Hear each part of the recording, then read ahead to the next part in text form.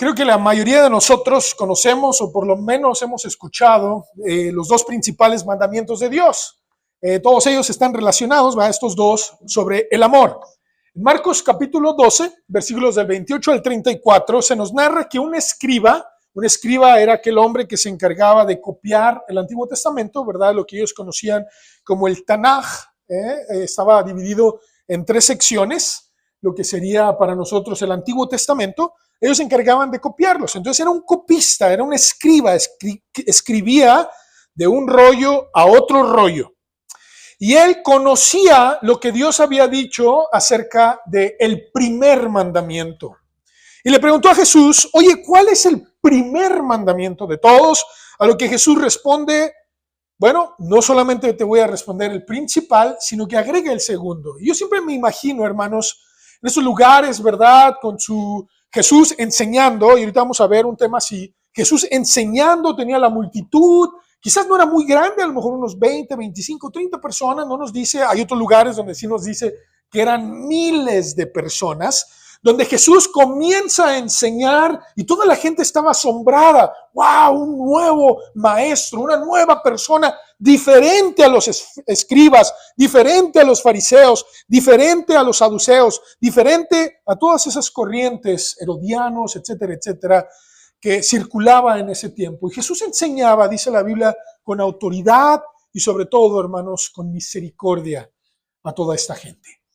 Y cuando le preguntan cuál es el primer y más grande mandamiento, Jesús responde en Marcos capítulo 12, el primer y más grande mandamiento es: amarás a tu Dios con todo tu corazón, con toda tu mente, con toda tu alma y con todas tus fuerzas. Y agrega, no le preguntaron, pero Jesús, muy sabio, hermanos, agrega y dice, y el segundo es semejante: amarás a tu prójimo como a ti mismo.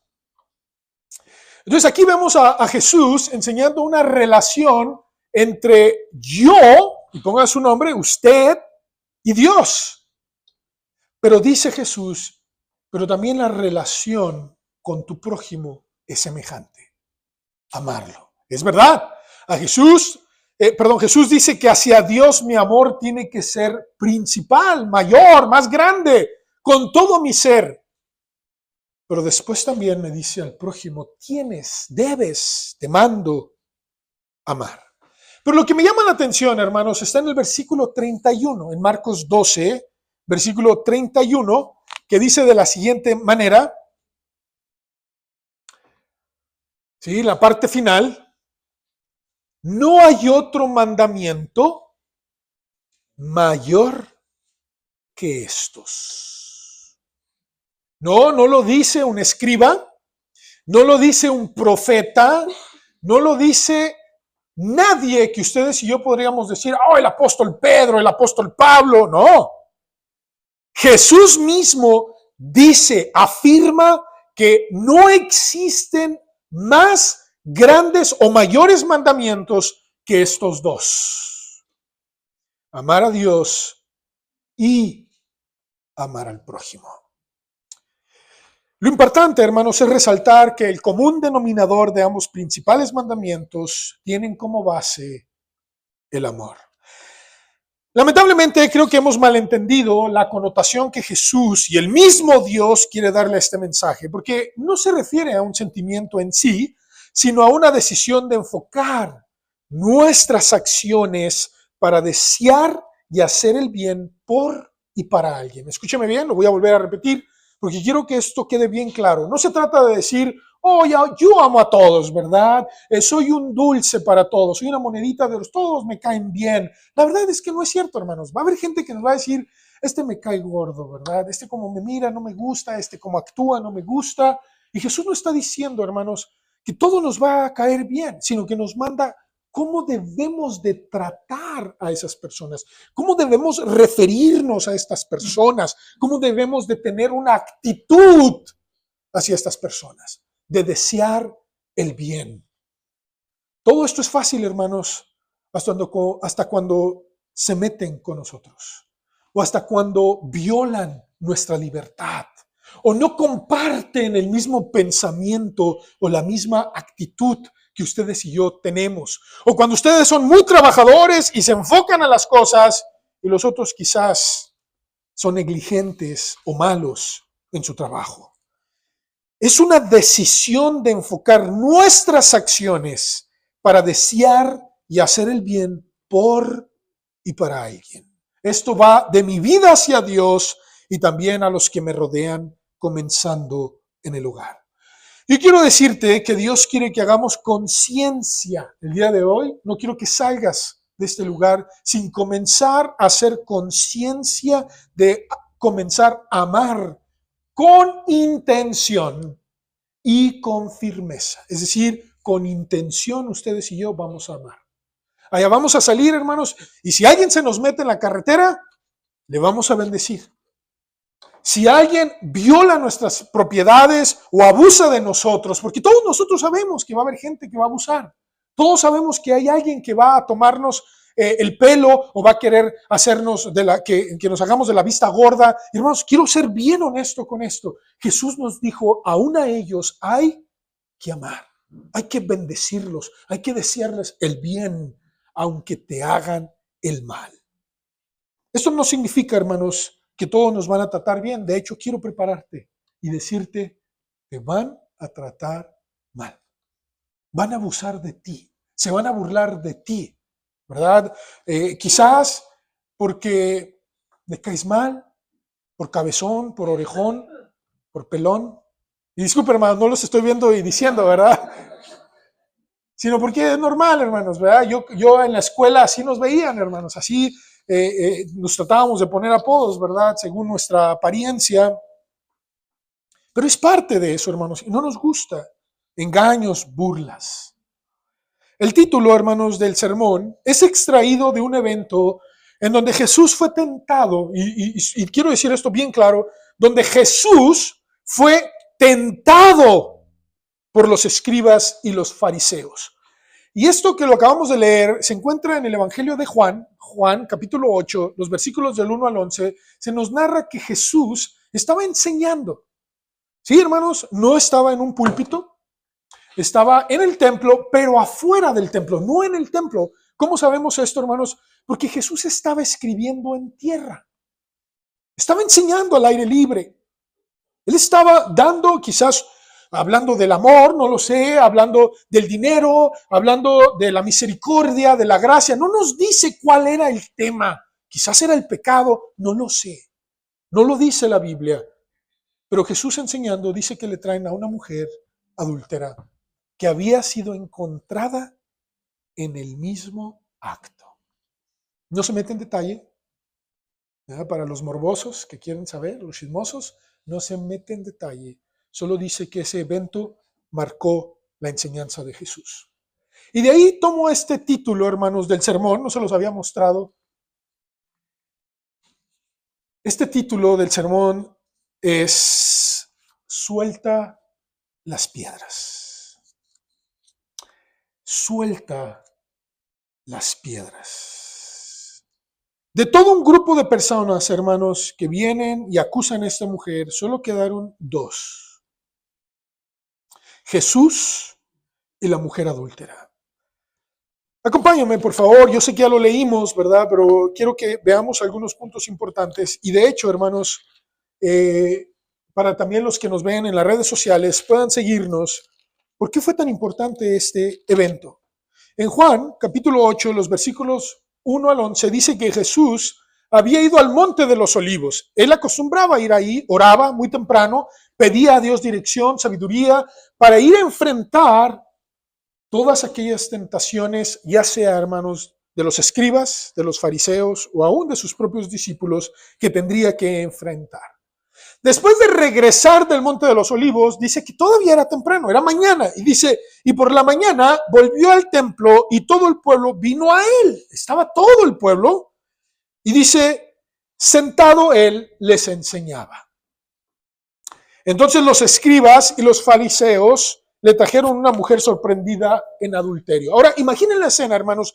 Jesús está enseñando. Él había orado, había estado con Dios, pero ahora había ido al templo con el propósito de adorar a Dios y le dijeron quizás, oye tú, Rabí, oye tú, Jesús de Nazaret, por favor, comienza a enseñarnos. Y comenzaron quizás a hacer preguntas Y todo esto, hermanos, lo vemos por otras narraciones del Evangelio, donde iban y le preguntaban cosas. Y Jesús comenzaba a hablar de la misericordia, del amor, del perdón, del pecado. Y aquí no nos dice qué estaba pasando. Pero de repente, hermanos, quizás está todos callados, escuchando, y viene una turba ahí atrás, entre los escribas y los fariseos, trayendo a una mujer. No nos dice cómo venía esta mujer, pero sí nos dice qué había sucedido.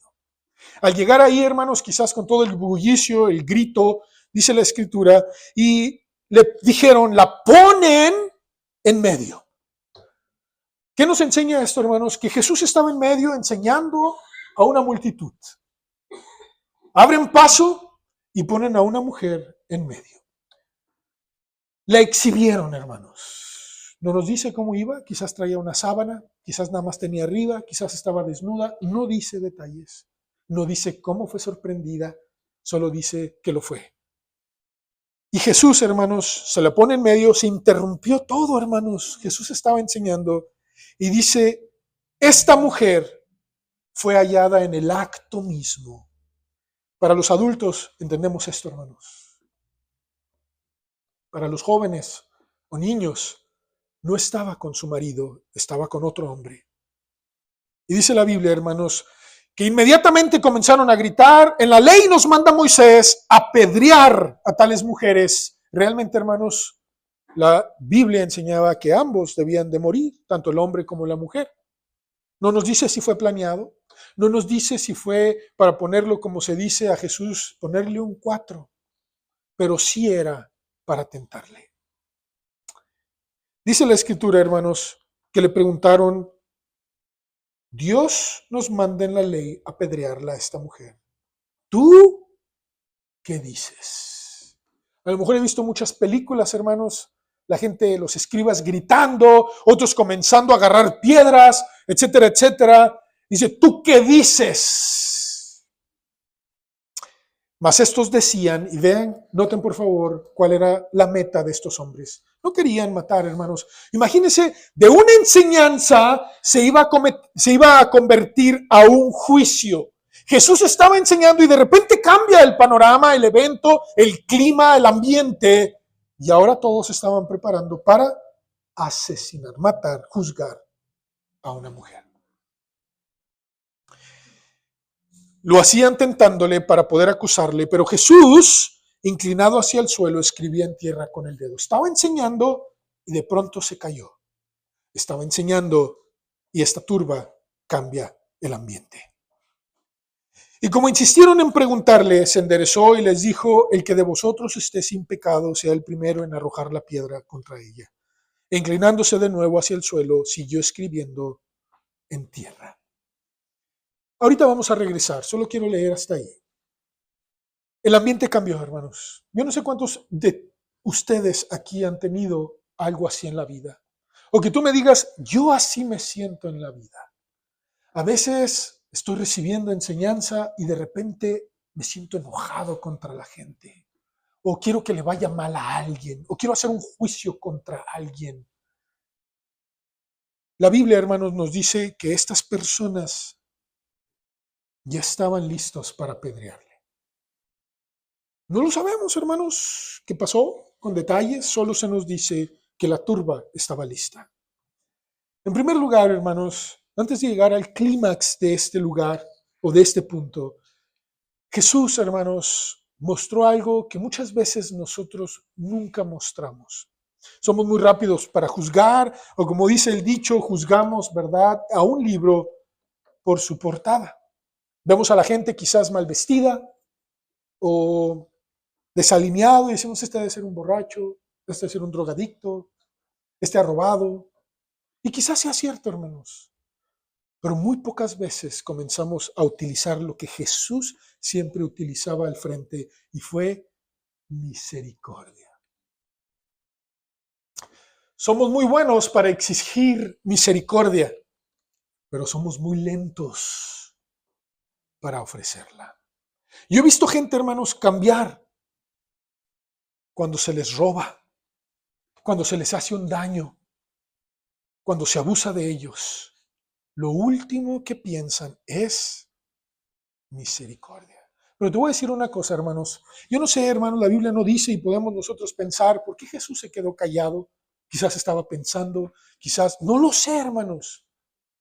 Pero Jesús dice en la Escritura que después de haber estado enseñando y se le presenta este evento donde él tendría que ejercer un juicio, lo primero que hizo fue tener misericordia. En Lucas 6:36, Jesús dice, sed pues, y esta es una orden de Jesús, de Dios, sed pues, ¿cómo, hermanos? ¿Qué es lo que pide Jesús? Misericordiosos, como también vuestro Padre es. Este es un atributo del cual Dios nos permite participar, no solamente recibir y disfrutar de sus beneficios, porque muchos de nosotros ni siquiera merecíamos el despertar el día de hoy, pero venos aquí, hermanos. Muchos de nosotros debimos haber muerto quizás hace años, pero por la misericordia de Dios, enos aquí. Como dice Lamentaciones 3, y no lo tengo aquí, 23, que cada mañana sus misericordias son nuevas y nos permite vivir. Entonces muchos de nosotros quizás ya debimos haber muerto hace años, hace una década, no lo sabemos, pero por el hecho de que Dios es misericordioso, estamos aquí. Y de hecho, hermanos, ese atributo nos pide a sus hijos, a los creyentes, que seamos misericordiosos. La palabra misericordia, aquí lo tengo, hermanos, literalmente es de latín. Y esta palabra de latín significa miseri, que significa miseria o sufrimiento, y cor, que significa corazón. Es decir, literalmente es un corazón que siente dolor, tristeza, desánimo, lloro por el dolor, el sufrimiento o la miseria de otros. No sé cuántos de ustedes lo han visto, yo lo he visto. Yo he visto a gente que dice, oye, vamos a ofrecerle ayuda a esta persona. No, se lo merece. Está en esa condición porque es un borracho. Porque yo he visto pasar gente, hermanos, ahí en la Avenida Juárez, porque yo ahí nos congregábamos, hermanos, ver a gente pasar y patear a borrachos tirados en la Avenida Juárez, en el centro. Yo sé, hermanos, podemos juzgar y decir, se lo merece, así está porque ha querido, pero en realidad nunca nos hemos puesto a pensar qué fue lo que lo llevó hasta ese punto. Voy a poner un ejemplo bien sencillo, hermanos. He visto gente ni siquiera dar propina. Y uno dirá, oh, ¿y a poco eso es? Sí, se le llama ser agradecido. Tú dirás, eso no tiene nada que ver. Eso es la manifestación de tu pobre dolor o corazón a ser misericordioso. Salmo 78:38, hermanos. Y no lo digo porque yo fui mesero, hermanos, que lo fui. Y decía, esto es... Salmo 78:38, pero él, misericordioso, perdonaba la maldad. ¿Y qué hacía, hermanos? Y no los destruía. La misericordia lleva perdón. Y apartó muchas veces su ira y no despertó todo su enojo. En el libro de Samuel, el segundo libro de Samuel, en el capítulo 9, nos cuenta cómo David, después, el rey David, después de haber ya estado en su trono, tener un tiempo en él, deseó, hermanos, cumplir misericordia. Él le preguntó a sus discípulos, perdón, a su gente, le dijo, ¿hay alguien que haya quedado de la casa de David al cual pueda yo hacer? ¿Cuál fue la palabra? De Jonatán, para hacer misericordia. ¿Se fijaron? Él dijo, ¿hay alguien de la casa de Jonatán que yo pueda hacer misericordia? No se olvidó, hermanos, de Saúl, hijo de Jonatán. Fíjense, hermanos, ¿qué quiero decir con esto, hermanos? ¿Por cuánto tiempo estuvo huyendo David de Saúl? Casi 10 años. Saúl lo odiaba, lo quería muerto. Pero fíjense lo que hizo David. Tuvo misericordia y dijo, ¿hay alguien descendiente de la casa de Saúl, al que pueda hacer misericordia. Yo le pregunto a usted, hermanos, ¿pagó con la misma moneda? No, no lo hizo. ¿Por qué nosotros entonces no podemos ser misericordiosos con la gente? ¿Por qué no podemos nosotros pensar y decir, y aunque sea verdad o no, Señor, ten misericordia a esta persona? ¿Cómo puedo ayudar? ¿Cómo puedo ofrecer un taco? ¿Cómo puedo ofrecer esto? ¿Cómo puedo ofrecer aquello? Y dice, y vino Mefiboset, que era hijo de Jonatán, hijo de Saúl, a David, y se postró sobre su rostro e hizo reverencia. Y dijo Mefiboset, y él respondió, he aquí tu siervo. Y él le dijo, no tengas temor, porque yo a la verdad haré contigo. ¿Qué dice ahí, hermanos? Quizás Mefiboset pudo haber pensado, soy el único que queda de la familia de David, perdón, de Saúl. Quizás se va a vengar por todo lo que le hizo mi padre, por todo lo que le hizo mi familia.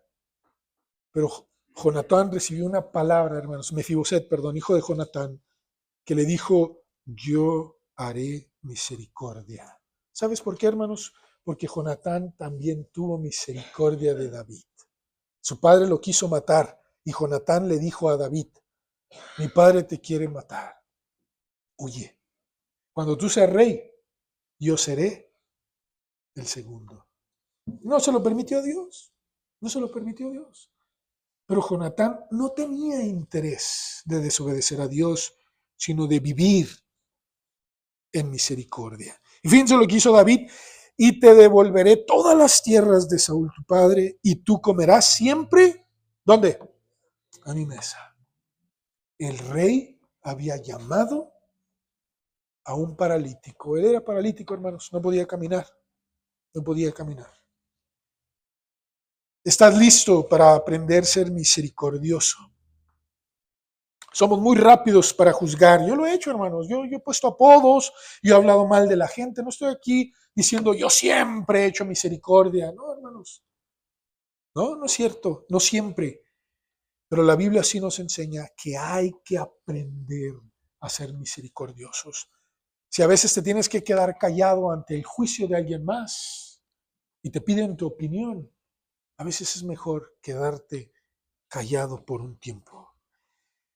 La manera de vivir de otros, sus pecados, sus acciones, quizás eso nos hace ser malos jueces. Yo quiero invitarte a soltar estas piedras. Es muy fácil juzgar. Le va así porque hizo esto. Quizás antes de ser cristiano fue infiel, fue mentiroso, fue un chismoso, fue un parrandero, un asesino.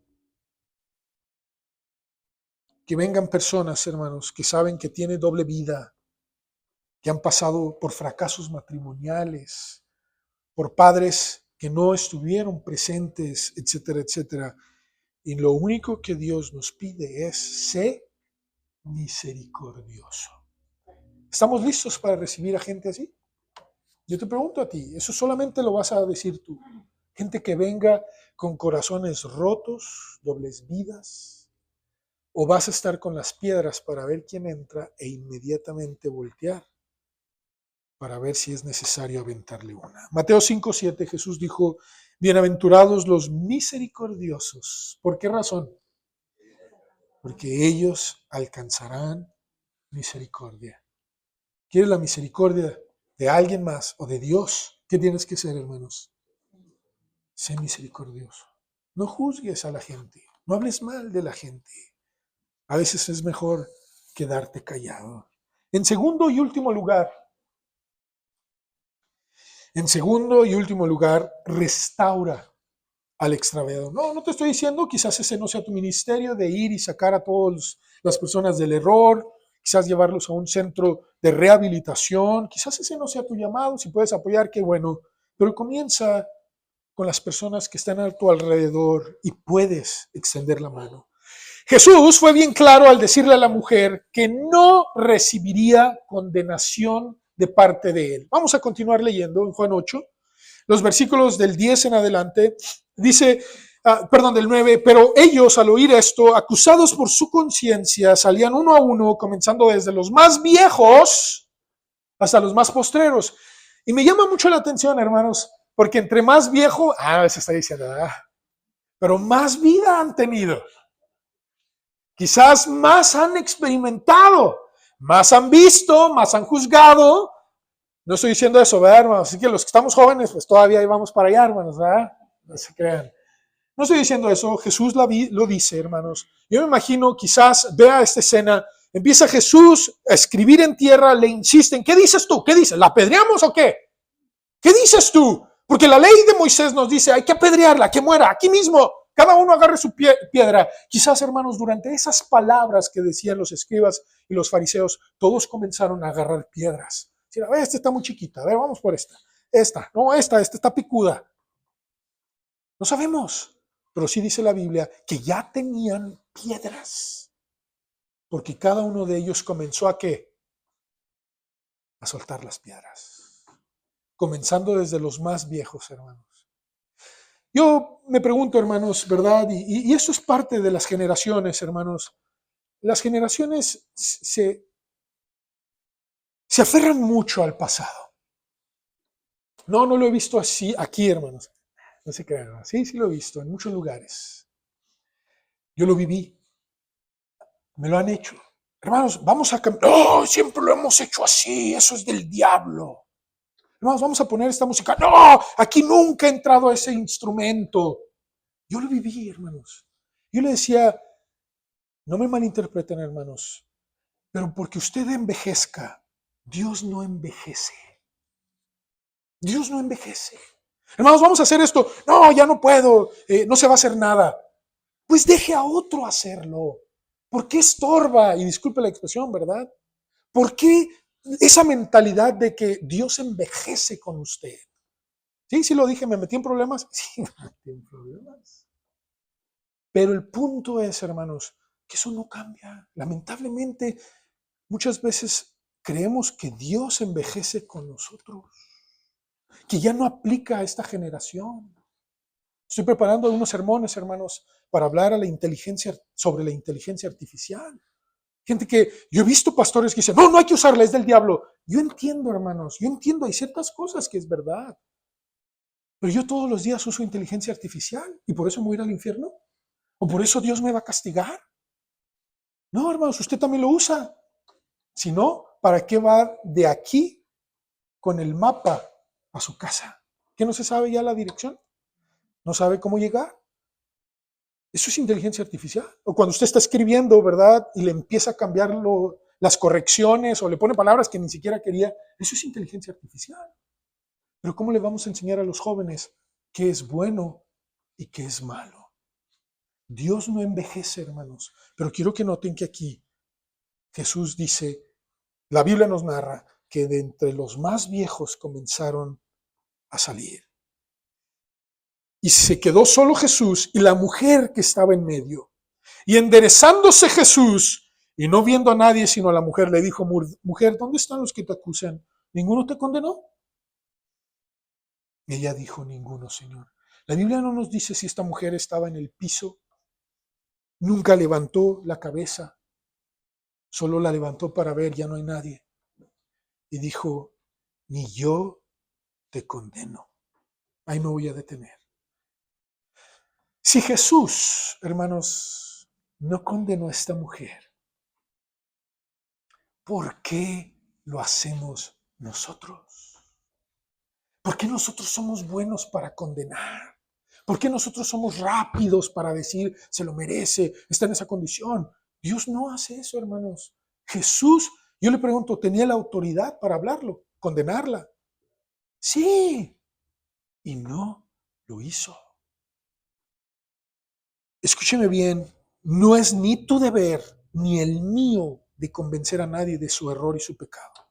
Eso es obra únicamente del Espíritu Santo. Podemos señalarlo. Podemos decir, Juan 16:8 dice, y cuando Él venga convencerá al mundo de pecado. O dice tu nombre ahí. Cuando tú vayas y le prediques, convencerás de pecado. ¿Ese es tu deber? No. Así que, hermanos, preparémonos, porque si queremos llenar esas sillas vacías, quizás vayan a venir gente que necesite misericordia, que no necesite un juicio, que vengan tal y como son, quizás con doble vida, quizás homosexuales, lesbianas, que lleguen y se les presente la verdad de Dios y el Espíritu, no tú, el Espíritu, ¿qué va a hacer, hermanos? Convencerá de pecado. ¿Podemos hablar? Claro. Va a ser mi responsabilidad hablar con ellos. Claro, no me malinterprete, pero yo no los voy a convencer. Yo he tenido gente, hermanos, que se ha ido de aquí o de otros lugares porque me dice, soy así, soy asá, y no lo voy a cambiar. Yo nunca lo convencí, ni el Espíritu. Si el Espíritu no los convence, ¿usted cree que yo lo voy a convencer? Menos. No puedo ni con mi vida, hermanos. Santiago 4, 19 al 20 dice, hermanos, si alguno de vosotros se ha extraviado de la verdad y alguno lo hace volver, fíjense, ahí sí nos da responsabilidad, es decir, vamos a hablar la verdad. Yo te voy a enseñar la verdad. Sepa que el que haga volver al pecador del error de su camino, ¿qué hará? Salvará de muerte un alma y cubrirá multitud de pecados. El Espíritu me usa para predicar. Hoy tú y yo debemos de comenzar a soltar las piedras. Queremos amar a Dios y amar a la gente. Suelta las piedras. Son pesadas, hermanos. ¿Para qué quieres cargar piedras? Para ver a quién vas a descalabrar. Quizás porque te han ofendido profundamente. Hay gente que carga piedras porque lo han ofendido, porque está listo para defenderse, porque han herido su alma, sus emociones, su vida, quizás el abuso, la traición. Dice la Biblia, el amor cubre multitud de pecados. Eso es verdad. Si lo dice la Biblia, lo creemos. Si no, pregúntale a Jesús, perdón, a Dios, cuando Él mismo puso a su Hijo para cubrir todo pecado del ser humano que crea en Él. ¿No dice eso la Biblia, hermanos? Mas Dios muestra su amor para con nosotros, en que siendo aún pecadores, Cristo murió por nosotros. Oye tú, no se borrará el pasado. No te estoy diciendo, oh, ya se olvidará el pasado cuando no te hicieron misericordia, pero va a iluminar tu presente y tu futuro, como no te imaginas, y alcanzarás misericordia. Así que yo te invito hoy, decide soltar las piedras. Pero si tú eres aquella persona que está como la adúltera, ¿sí? Quizás la adúltera, hermanos, estaba llorando, no sabemos. Sabía, ya de aquí no salgo. No nos dice si tenía familia. No nos dice si el mismo esposo estaba ahí. No nos dice nada de eso. Pero si tú te sientes como la mujer que todos están dispuestos a aventarte una piedra, hoy te digo, ni Jesús condena. ¿Sabes qué quiere hacer Jesús? Ahorita no es el momento de la condenación. Es el momento de, ni yo te condeno. Pero vean el consejo de Jesús. Vete y deja este pecado. Deja el pecado. No peques más. Así que te invito, inclina tu rostro. Porque hoy estamos aquí, hermano, sea cual sea tu situación. Quizás tú te sientas como esa mujer, cabizbaja, sabes que tienes pecado, que el error, que tu pecado mereces el castigo, la ira, el enojo de la gente, de la familia. Pero Jesús hoy te dice, no te quiero condenar. Quiero perdonarte, quiero limpiarte, quiero ayudarte a dejar ese pecado, porque te amo. Porque ya pagué por tus pecados, porque yo en una cruz tomé todo lo que tú merecías para que pudieras tú vivir sin condenación. Pero si también te sientes tú como los escribas y fariseos, que estás buscando con tu morral de piedras a quién aventar una piedra, te digo hoy, te va tu propia conciencia a condenar. Así que suelta las piedras. No sé cuál sea tu situación. Hoy te invito, ponte en pie y dile a Dios, Señor, tú sabes cuál es mi situación. Ya sé que como la mujer adúltera o como el que tiene las piedras listo para juzgar, dile a Dios, dile, Señor, por favor, perdóname, ayúdame. Ponte en pie, quiero orar por ti. No sé cómo te sientas tú. Tú sabes la condición y Jesús lo sabe. Y Jesús a los dos les habló y les dijo, si tú eres libre de pecado, lanza la piedra. Pero si no, te digo, no habrá piedra contra ti, porque ni yo te condeno. Te limpio, te restauro. Vamos a vivir sin pecado, a luchar contra el pecado. Vamos a orar. Señor, en esta hora yo te digo en el nombre de Jesús, Padre, por favor, tú conoces nuestros pensamientos, nuestras mentes, nuestras almas. Tú sabes en qué situación estamos, porque nos sentimos como la mujer adúltera que sabía que ya no tenía mucho tiempo de vida, que no iba a salir quizás viva de ahí. Oh, pero tú apareciste en escena por la maldad del hombre tratando de acusarte, de tentarte. Y tú no solamente salvaste a esta mujer, sino que enseñaste que la misericordia y que el guiar a otros es más amoroso que lanzar una piedra. Te importa más el amor que a veces juzgar aún con ley. Gracias, Señor, porque tú cubriste la ley con tu amor. Pagaste. Te digo a ti, dile a Dios en tu corazón, Señor, aquí están mis piedras, las tiro. Oh Señor, gracias por esta nueva oportunidad. En el nombre poderoso de Cristo Jesús. Amén.